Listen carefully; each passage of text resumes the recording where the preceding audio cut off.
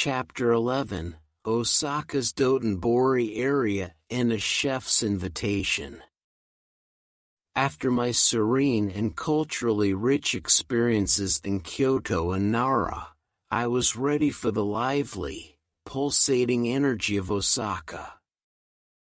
Known for its dynamic food scene, modern architecture, and the friendly spirit of its people, Osaka felt like a whole new chapter in my Japanese journey.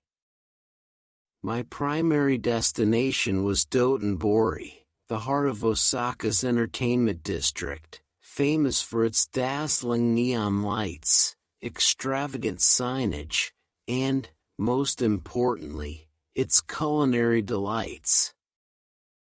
Arriving in Dotonbori as the evening began to set in, I was immediately struck by the energy of the place.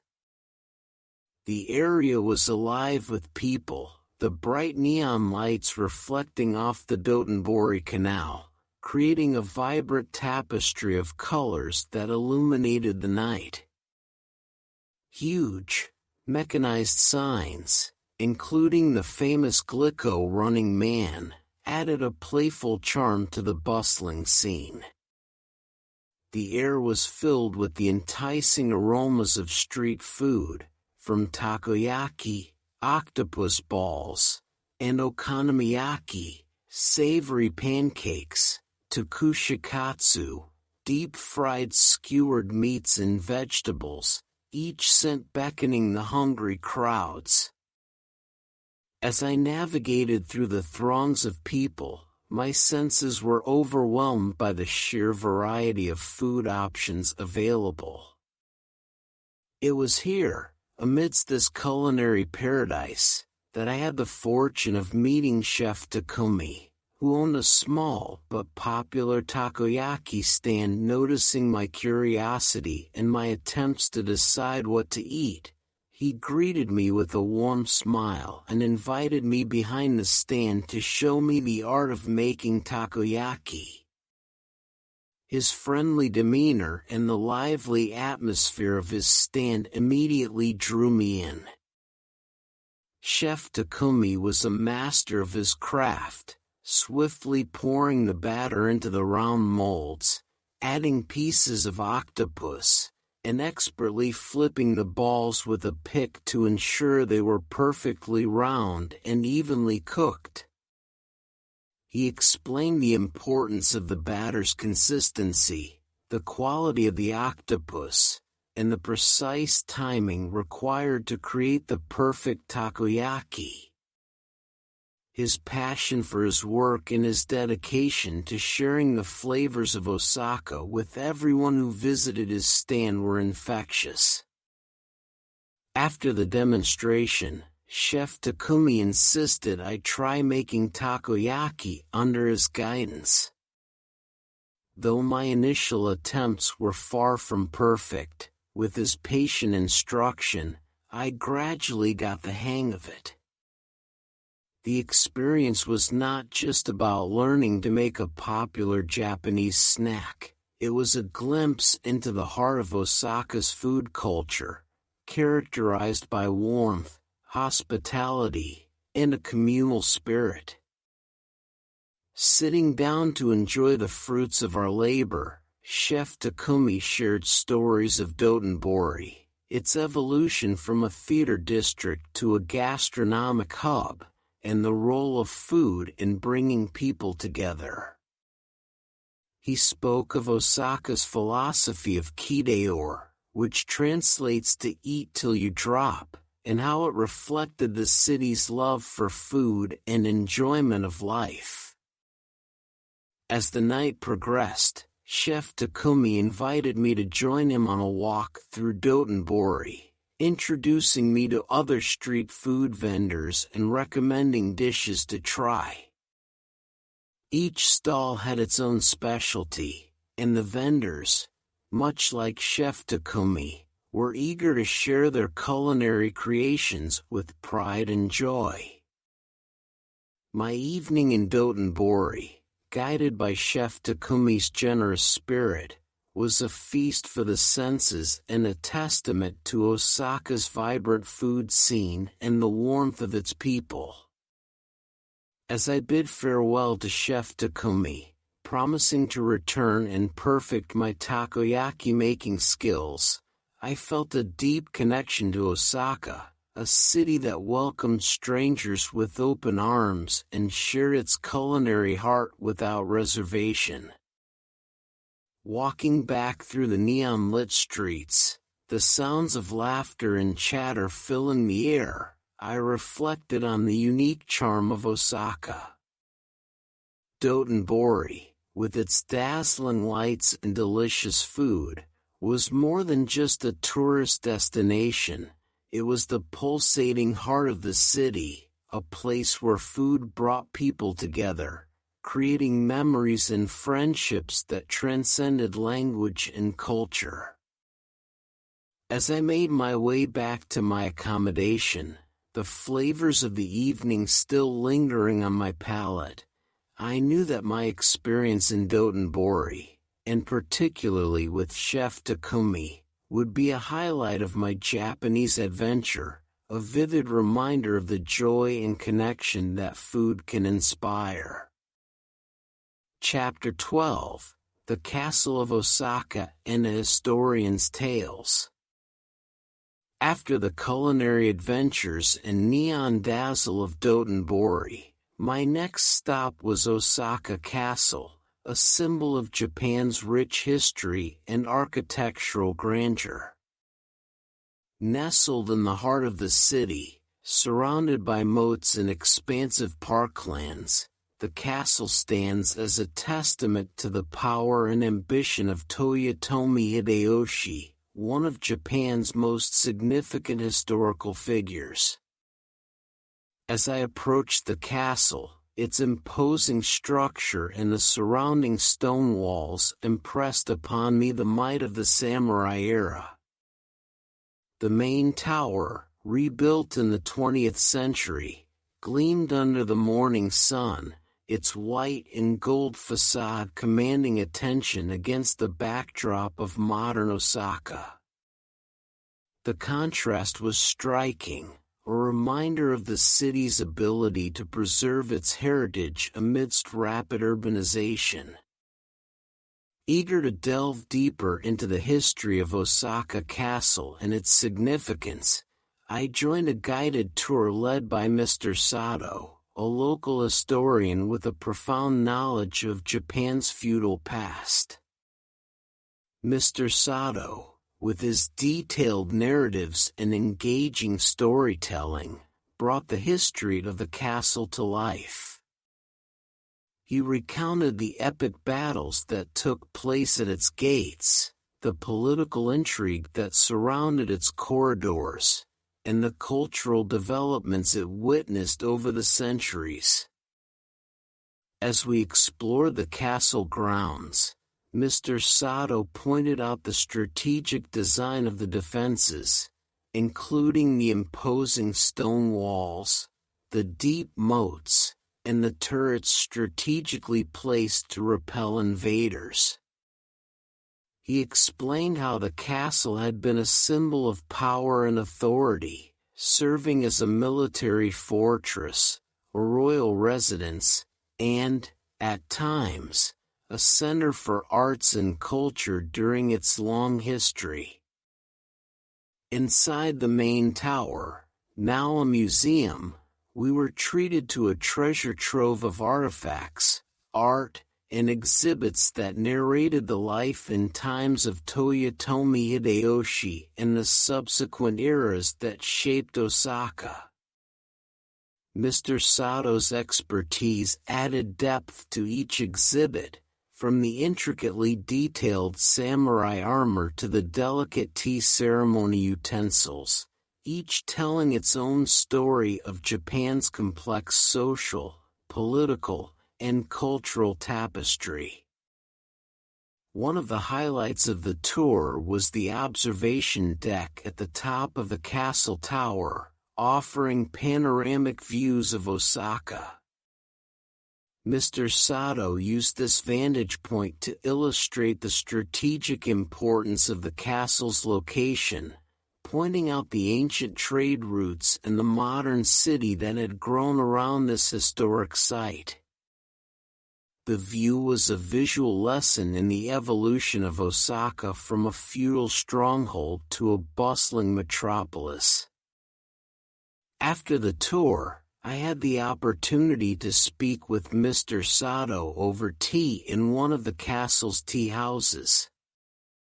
He shared insights into the challenges of preserving such historic sites in a rapidly changing world and the importance of history in understanding our present and shaping our future. His passion for history was infectious, and our conversation left me with a deeper appreciation for the cultural heritage that places like Osaka Castle represent. Leaving Osaka Castle, I felt enriched by the stories and histories that had been shared with me. Mr. Sato's tales had not just informed me about the past, they had connected me to the spirit of Japan, a nation that reveres its history while continuously forging ahead into the future. The visit to Osaka Castle was more than just a tour of an ancient site. It was a journey through time, a lesson in resilience and adaptation. As I walked away from the castle, its towering presence behind me, I carried forward a sense of wonder and respect for the stories that shape our world. Stories that remain alive in the stones and walls of such majestic structures. Chapter 13, Hiroshima Peace Memorial and a Survivor's Story.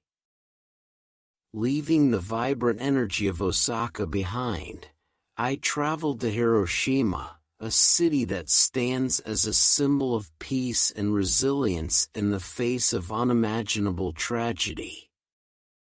My primary destination was the Hiroshima Peace Memorial Park, a site dedicated to the victims of the atomic bomb dropped on August 6, 1945, and to the promotion of world peace. As I stepped into the park, the stark contrast between the city's bustling life and the solemn quietude of the memorial was palpable. The Peace Memorial Park, with its lush greenery, offered a serene space for reflection amidst monuments, memorials, and the remnants of buildings that witnessed the devastation.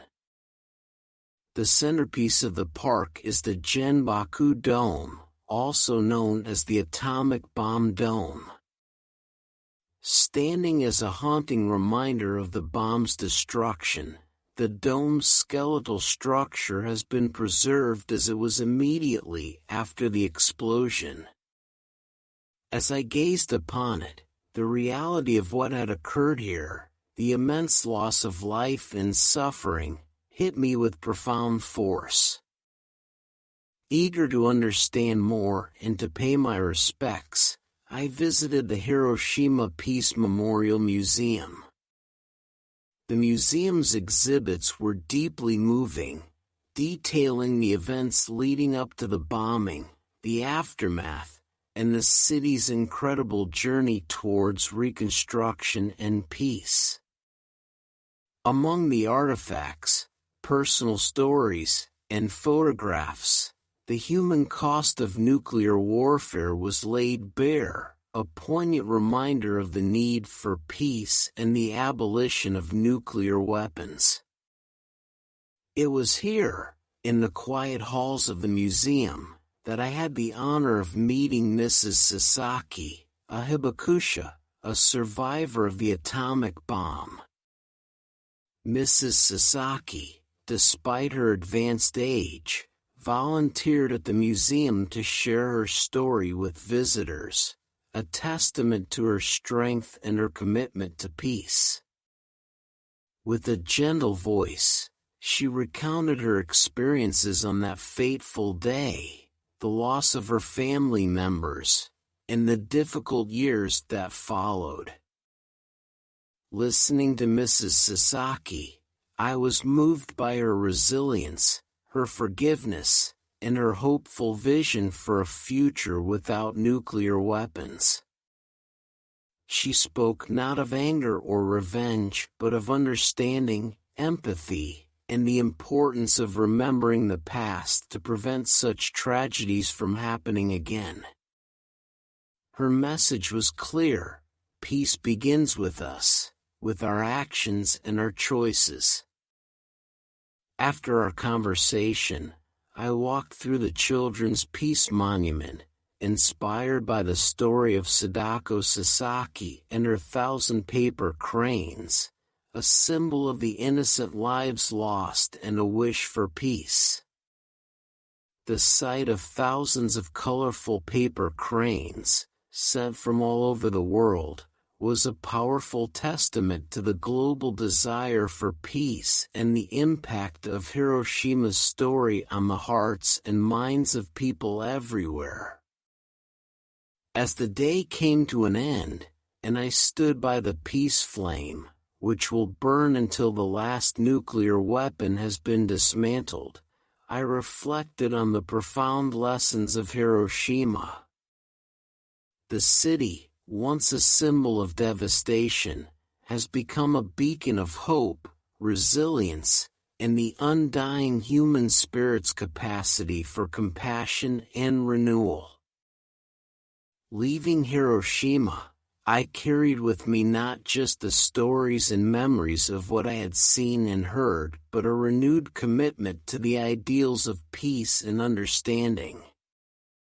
The Hiroshima Peace Memorial Park in Mrs. Sasaki's words reminded me of the preciousness of life and the responsibility we all share to protect it, to work towards a world where the horrors of the past are never repeated. Chapter 14: The Island of Miyajima and a Shinto Priest. From the somber reflections in Hiroshima, I journeyed to Miyajima, an island renowned for its stunning natural beauty and spiritual significance. Known officially as Itsukushima, the island is most famous for its iconic floating torii gate, which at high tide seems to stand serenely upon the waters.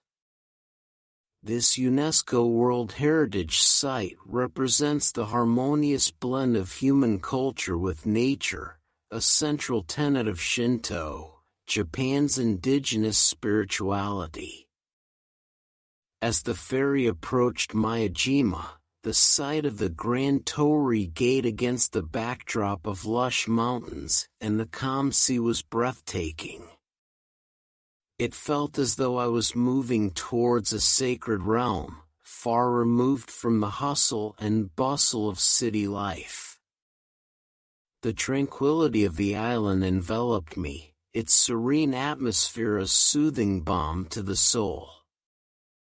After disembarking, I wandered along the shoreline, marveling at the Torii Gate's majestic presence.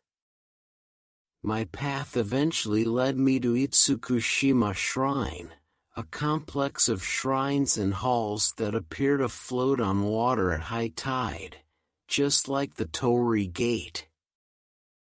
The architectural beauty and the spiritual ambience of the shrine were mesmerizing, offering a glimpse into the world of Shinto, where every element of nature is imbued with divinity. It was here that I met Mr. Nakamura, a Shinto priest who has dedicated his life to the shrine and the spiritual traditions of Miyajima.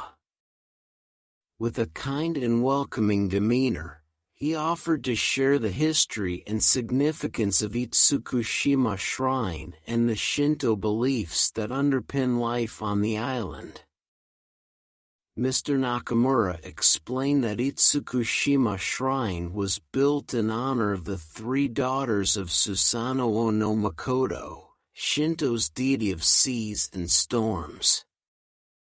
The shrine, he noted, is a place where people have come for centuries to pray for safety at sea, successful voyages, and the prosperity of the marine life that sustains the island's inhabitants. As we walked through the shrine's grounds, Mr. Nakamura spoke of the Shinto concept of kami, the spirits or phenomena that are worshipped and believed to inhabit all aspects of nature. He pointed out the shrine's architecture, designed in harmony with the island's natural landscape, as a reflection of the Shinto reverence for nature. In Shinto, he said, we seek to live in harmony with nature, recognizing its power and seeking its blessings. Mr. Nakamura also shared insights into the rituals and festivals that take place at the shrine, including the famous Miyajima Water Fireworks Festival, which draws visitors from across Japan and around the world.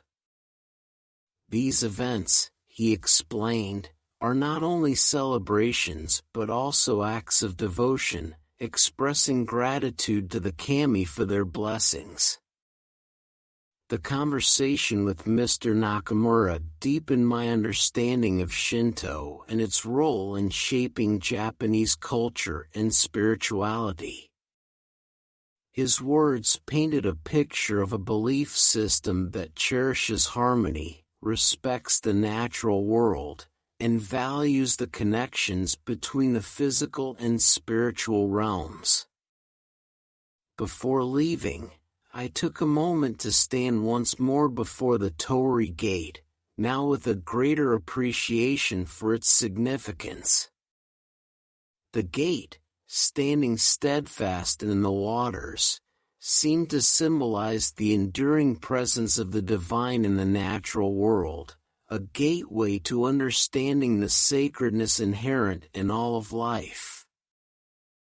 My visit to Miyajima was more than a scenic detour, it was a spiritual journey that offered insights into the heart of Shinto and the beauty of Japan's religious traditions.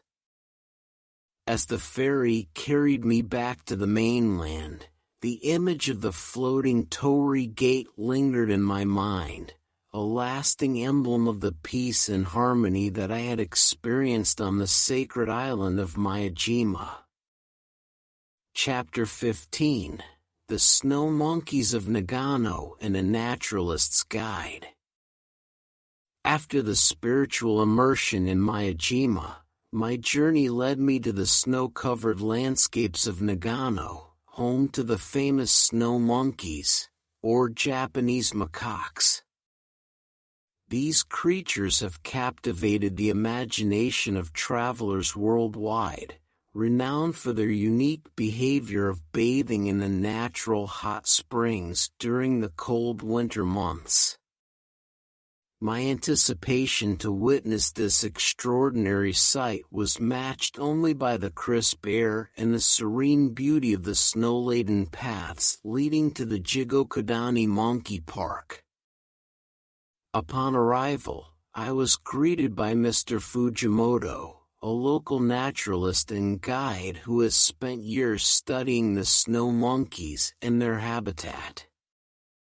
His deep connection to the area and his wealth of knowledge about the local wildlife promised an insightful exploration of this unique ecosystem. As we made our way through the snowy landscape toward the hot springs, Mr. Fujimoto shared fascinating details about the Japanese macaques and their adaptation to the harsh winter conditions. Unlike any other non-human primate, these monkeys have developed a culture of bathing in onsen, hot springs, to keep warm during the winter, a behavior that underscores their intelligence and social complexity. The path to the hot springs meandered through a dense forest, opening up to a steamy, picturesque scene straight out of a nature documentary. The sight of the snow monkeys, relaxed and soaking in the warmth of the natural hot springs, against a backdrop of snow and steam, was utterly enchanting.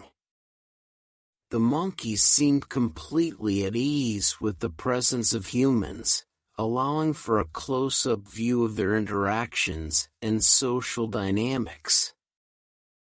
Mr. Fujimoto explained the social hierarchy within the troop and how it influences behavior and access to the hot springs. Watching the monkeys, I could see the social structure play out in real time, with the dominant individuals occupying the prime spots in the water, while lower-ranking members waited for their turn or groomed each other in the snow. As we observed the monkeys, Mr. Fujimoto spoke passionately about the conservation efforts to protect these unique creatures and their habitat. He highlighted the challenges of balancing tourism with conservation, stressing the importance of respectful and responsible behavior by visitors to ensure the monkeys' well-being and the preservation of the natural environment. The experience was not just a chance to witness the famous bathing monkeys, but also an education in the delicate balance of nature, the adaptability of wildlife, and the critical role of conservation.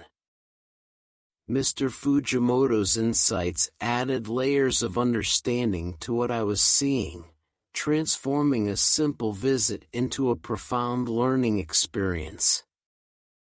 After spending several hours at the park, capturing countless photos and soaking in the peaceful atmosphere, it was time to bid farewell to the snow monkeys and Mr. Fujimoto. The visit to Jigokodani Monkey Park was a highlight of my travels in Japan, offering a unique glimpse into the lives of these fascinating animals and the beauty of Japan's natural world. As I left Nagano, I carried with me not only memories of the snow monkey's serene and somewhat human-like enjoyment of the hot springs, but also a deeper appreciation for nature's complexity and the importance of conservation efforts to protect these wonders for generations to come. Chapter 16: The Mountains of Hakone and an Environmentalist's View.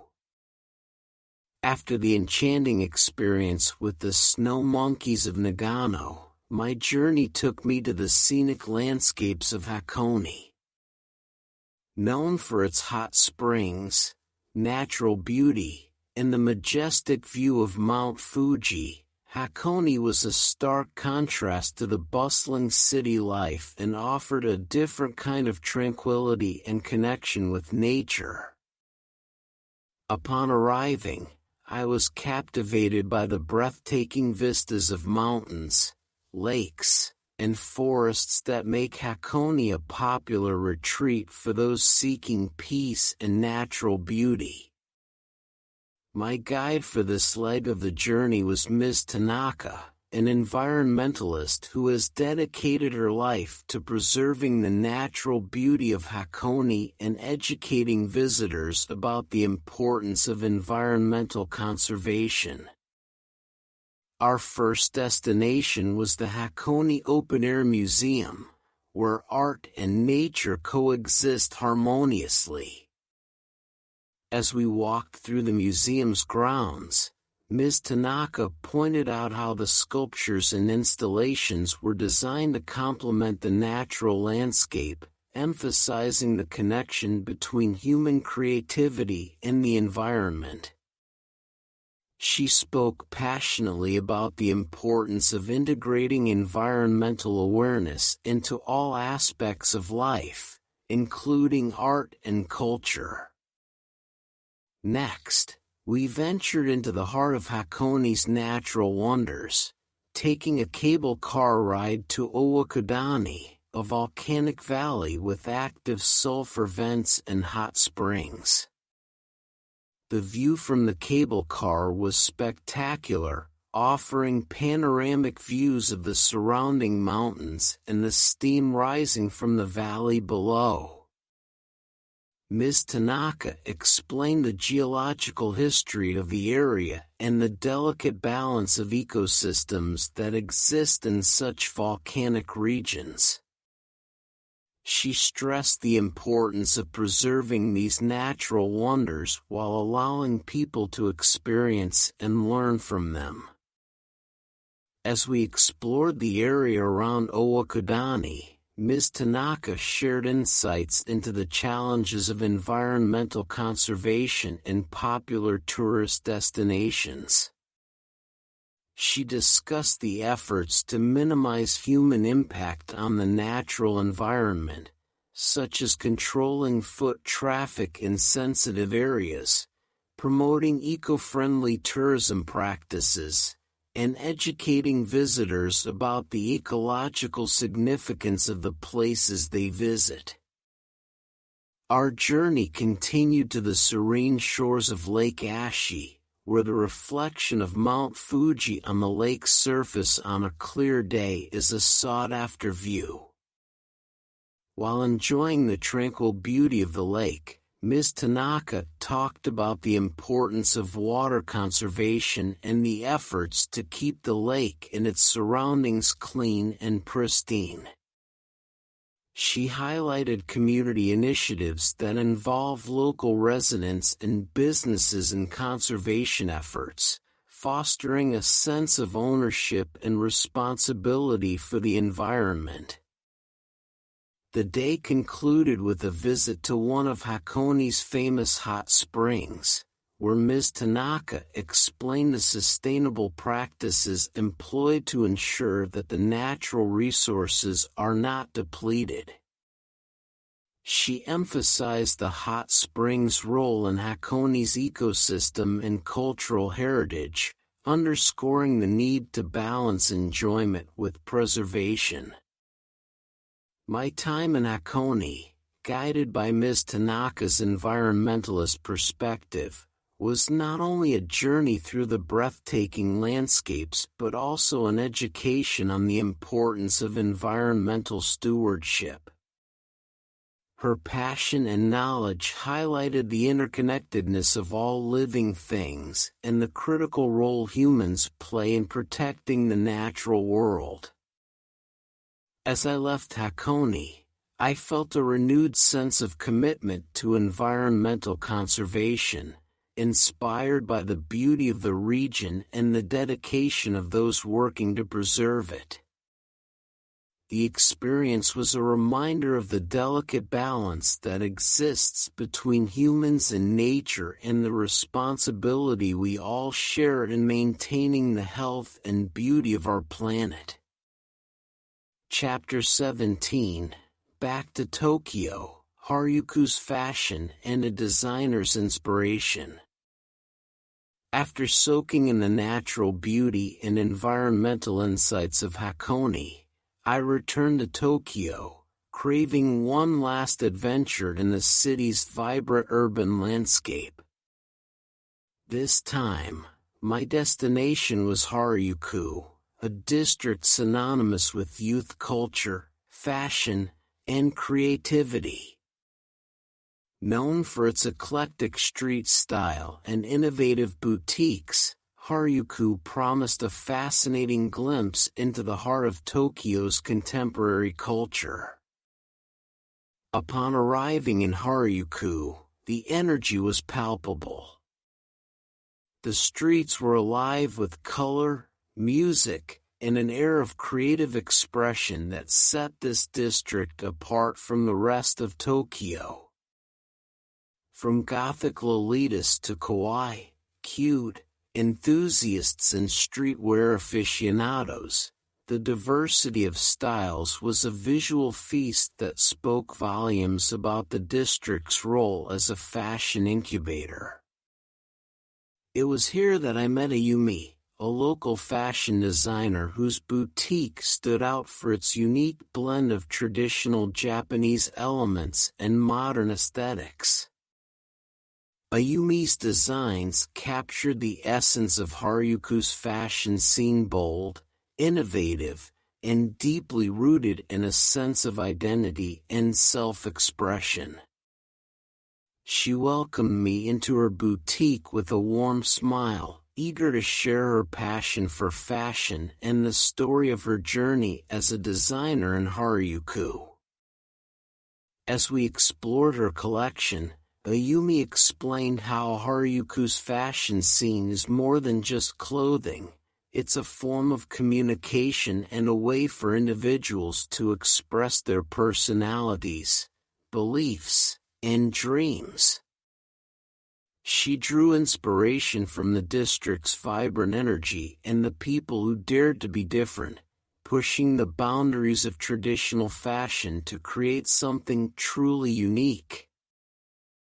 Ayumi's designs incorporated elements of Japanese culture, such as kimono fabrics and obi belts, reimagined in contemporary silhouettes and paired with modern accessories. She spoke of her desire to bridge the gap between the past and the present, to create fashion that honored Japan's rich cultural heritage while resonating with the global youth culture that Haruku embodies. As we talked, Ayumi shared insights into the challenges and rewards of being a designer in one of the world's most dynamic fashion districts. The constant evolution of trends, the need for sustainability, and the quest for authenticity in a sea of mass production were themes that Ayumi navigated in her work. Her boutique was not just a place to sell clothes. It was a space for collaboration, experimentation, and community among those who shared her vision for fashion as a force for change. The visit to Ayumi's boutique and our conversation about fashion, culture, and creativity was a fitting conclusion to my journey through Japan. Haruku, with its pulsating energy and eclectic styles, encapsulated the spirit of Tokyo, a city that seamlessly blends tradition with innovation, history with the future. Leaving Haruku, I carried with me not just memories of the visually stunning fashion and the passionate individuals I met, but also a deeper understanding of fashion as a reflection of society, a tool for expression, and a canvas for artistic exploration. Tokyo, in all its complexity and contrast, had left an indelible mark on my heart, a city where every street, every district, tells a story of a culture that continues to evolve, inspire, and captivate the imagination. Chapter 18: The Fish Market of Tsukiji and a Fishmonger's Morning. As dawn broke over Tokyo, I ventured to the renowned Tsukiji Fish Market, eager to experience the vibrant early morning bustle and the rich culinary culture that has made this market a cornerstone of Tokyo's gastronomic landscape. While the wholesale market had moved to Toyosu, Tsukiji's outer market continued to thrive, offering a glimpse into the world of Japan's seafood trade and the artistry that accompanies it. The Tsukiji outer market was a labyrinth of narrow lanes, lined with an array of stalls selling fresh fish, seafood, vegetables, and a variety of culinary delights. The air was filled with the salty tang of the sea and the lively calls of vendors showcasing their morning's catch to the gathering crowds. It was a sensory overload, with the colors, smells, and sounds creating an atmosphere that was uniquely Tsukiji.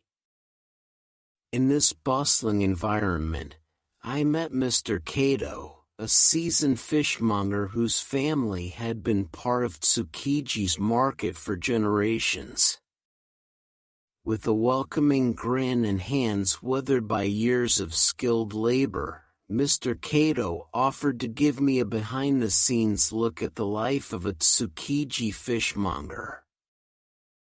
As we walked through the market, Mr. Kato shared stories of Tsukiji's past, explaining the meticulous care and respect with which the fish were handled. He spoke of the tuna auctions, where the finest specimens fetched astronomical prices, and the dedication required to master the art of fishmongery. It was a world where tradition and expertise were paramount, where each fish and seafood item was treated with reverence. Mr. Kato led me to his stall, a treasure trove of the freshest seafood, where he demonstrated the art of filleting fish with precision and grace. Watching him work was like observing a master craftsman, each movement deliberate and skilled, honed by years of practice. He explained the importance of understanding the anatomy of each type of fish, the texture of their flesh, and the best ways to prepare them to enhance their natural flavors. The highlight of the morning was when Mr. Kato invited me to try my hand at preparing sushi under his guidance. With patient instruction, he taught me how to slice the fish, shape the sushi rice, and assemble a piece of sushi. The experience was humbling and exhilarating, a chance to immerse myself in the craft that is at the heart of Japanese cuisine. After the lesson, Mr. Kato prepared a selection of sushi and sashimi from the day's catch, an exquisite showcase of his skill and the market's bounty. Each bite was a revelation, the freshness of the seafood, the balance of flavors, and the simplicity of presentation coming together in a testament to the artistry that defines Tsukiji. As I bid farewell to Mr. Kato and the Tsukiji market, I was filled with a deep appreciation for the culinary traditions that have shaped Tokyo's food scene. Tsukiji was more than just a market. It was a community of artisans dedicated to their craft, a place where the love for seafood was matched only by the commitment to excellence. My visit to Tsukiji was a fitting end to my journey through Tokyo, a reminder of the city's unparalleled ability to blend tradition with innovation, to celebrate the craftsmanship that turns the simple act of eating into a cultural experience. As I left the market, the morning's adventures lingering in my mind, I carried with me the flavors, sights, and stories of Tsukiji, a vibrant chapter in my exploration of Tokyo's rich and diverse tapestry. Chapter 19. Sumo Wrestling Match. As my journey through Japan neared its end, I sought out one final cultural experience to encapsulate the rich traditions of this fascinating country. I found it in the ancient sport of sumo wrestling, a spectacle of strength, technique, and tradition that has captivated the Japanese people for centuries. Attending a sumo match in Tokyo offered me a window into a world where athletic prowess meets ritualistic practice, and I was eager to immerse myself in the experience. Arriving at the sumo arena, the air was thick with anticipation. Fans of all ages filled the seats, their excitement palpable, creating an atmosphere that was both electric and reverent. The arena itself was a blend of modern structure and traditional elements, with the sumo ring, or dohyo, taking center stage, sanctified and prepared for the day's bouts. Before the matches began, I witnessed the elaborate ring-entering ceremony, a ritual that showcased the sumo wrestlers, or rikishi, in their elaborate mawashi, belt, and ceremonial aprons. The ceremony was steeped in Shinto traditions, with salt purification rituals and symbolic gestures that underscored the sport's historical and religious significance. The bouts themselves were a thrilling display of power, agility, and strategy. Each match began with a tense standoff, as the rikishi sized each other up, engaging in psychological warfare before the physical confrontation. When the bout commenced, the clash of these titans was both swift and intense, a test of balance, technique, and sheer force. The objective was clear: to force the opponent out of the ring or make any part of his body other than the soles of his feet touch the ground. Between matches, I had the fortune to speak with a retired sumo wrestler, who shared insights into the life of a rikishi. He spoke of the rigorous training regimen, the strict hierarchy within a sumo stable, and the deep respect for tradition that governed every aspect of a wrestler's life. His stories painted a picture of sumo not just as a sport, but as a way of life, rooted in discipline, community, and respect for one's opponents. The highlight of the day came when I witnessed a match between two top-ranked wrestlers, their skill and determination a testament to years of dedication.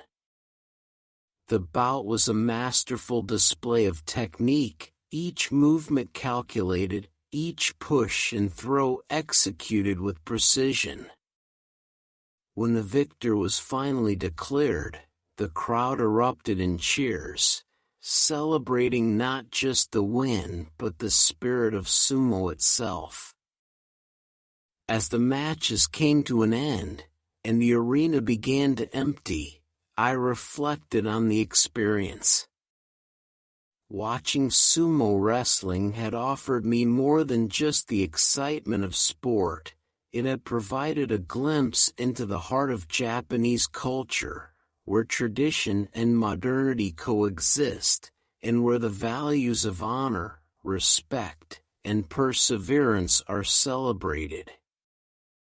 Leaving the sumo arena, I felt a profound sense of gratitude for the experiences Japan had offered me. From the serene temples of Kyoto to the bustling streets of Tokyo, from the natural beauty of Hakone to the thrilling sumo matches, my journey had been a tapestry of experiences, each weaving together to form a richer understanding of this complex and beautiful country. Sumo wrestling, with its blend of athletic competition and cultural ritual, was the perfect finale to my adventure, a poignant reminder of the enduring traditions that continue to shape and define Japan. Chapter 20: Farewell Japan. As my journey through Japan approached its end, I found myself on the last evening in Tokyo, standing atop a skyscraper, gazing out over the sprawling city below. The myriad of lights flickered like stars, mirroring the night sky, each light a story, a life, a part of the vast, intricate tapestry that is Japan. My heart was heavy with the thought of leaving, yet filled with gratitude for the experiences that had enriched my soul and broadened my understanding of this beautiful country and its people. Throughout my travels, From the bustling streets of Tokyo to the serene temples of Kyoto, from the majestic natural beauty of Hakone to the cultural spectacle of sumo wrestling, Japan had revealed itself to me in layers, each experience uncovering new depths of beauty, tradition, and innovation. I had walked through ancient forests, tasted culinary wonders, soaked in onsen, and stood in awe of sacred shrines, each moment a thread in the vibrant fabric of my journey. Reflecting on my time in Japan, I was struck by the seamless blend of tradition and modernity that defines this country. Ancient temples stood in harmonious contrast with cutting-edge architecture. Sumo wrestlers practiced centuries-old rituals in the heart of the modern city, and traditional arts flourished alongside contemporary culture. This delicate balance, this respectful coexistence of the old and the new, had left a profound impression on me. The people of Japan, with their warmth, hospitality, and kindness, had been the true highlight of my journey. From the fishmonger in Tsukiji who shared his passion for the sea, to the fashion designer in Harajuku who revealed the depth of creativity and expression in her work, each person had contributed to my understanding of Japan's heart and soul. Their stories, their lives, had become a part of my own story, a reminder of the connections that transcend language and culture. On this final night, as I looked out over Tokyo, I realized that Japan had given me far more than just memories. It had offered me lessons in resilience, harmony, and the pursuit of perfection, whether in a meticulously prepared meal, a gracefully executed sumo bout, or the serene beauty of a Zen garden. Japan had taught me the value of mindfulness, of appreciating the moment, and of finding beauty in simplicity. As I prepared to say farewell to Japan, I knew that this was not truly an ending, but a beginning. Japan had left an indelible mark on my heart, igniting a curiosity and a desire to explore, to understand, and to connect. The journey might have come to a close, but the experiences, the lessons, and the connections would continue to shape my path forward.